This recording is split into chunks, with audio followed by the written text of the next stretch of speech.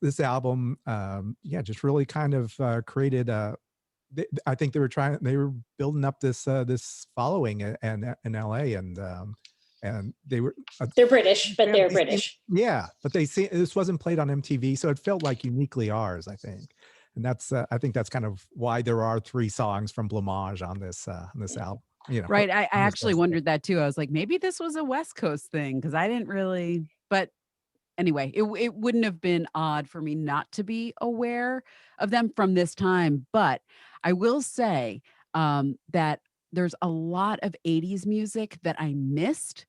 I want to say the kind of the first time round, I'm putting that in air quotes. But then once I became a programmer and a radio personality, I rediscovered or discovered for the first time so much. Like I kind of like had a renewed love affair with the 80s because I was like, I wish that I'd known when I was there, but I was just too little.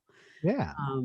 But yeah. Yeah, that's kind of the fun thing, especially when you hear new music. There's a lot of new artists coming out, and it reminds you of something you've heard long ago, and then you're like, oh yeah, that touched on, this band did that a long time ago, and they're doing their own unique take. So it's fun, and that's one of the reasons we do this, is because it is kind of lost classics.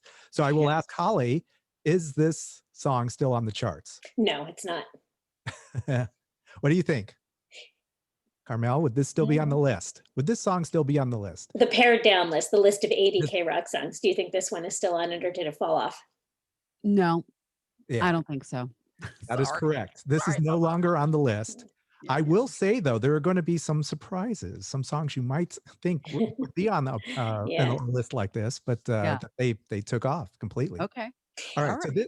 So this takes. Okay, Holly, did you want to say something? I just wanted to say a comment that Carmel made about Depeche Mode. We'll find that in a lot of these songs, they are reminiscent of Depeche Mode. Yeah, that is not surprising. Yeah.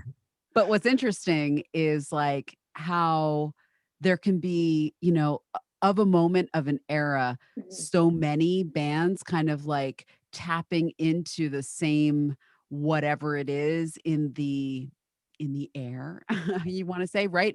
But also some of it just being purely a time capsule of what instruments were.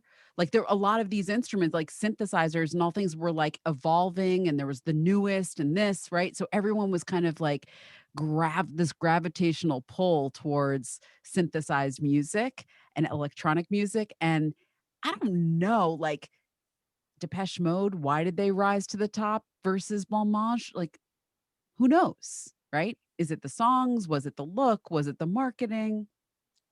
Yes. Why do some bands win over the others if they all kind of are feeding from the same? Have you looked at Dave Gahan? Have you seen him? Have you seen like you know what? This is a humble brag. I interviewed Dave Gahan.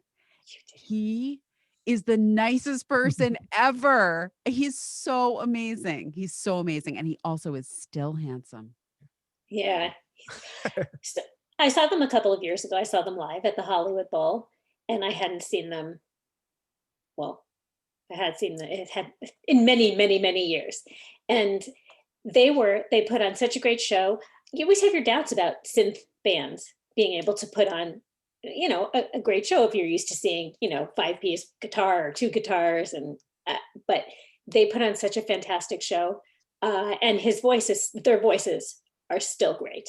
Amazing. Yeah. They do write great songs too. Yes. Anyway. Yes. It is the hence the reason they rose to the top. Okay, all right. So we found our way there. Yeah, we answered okay, that they're question.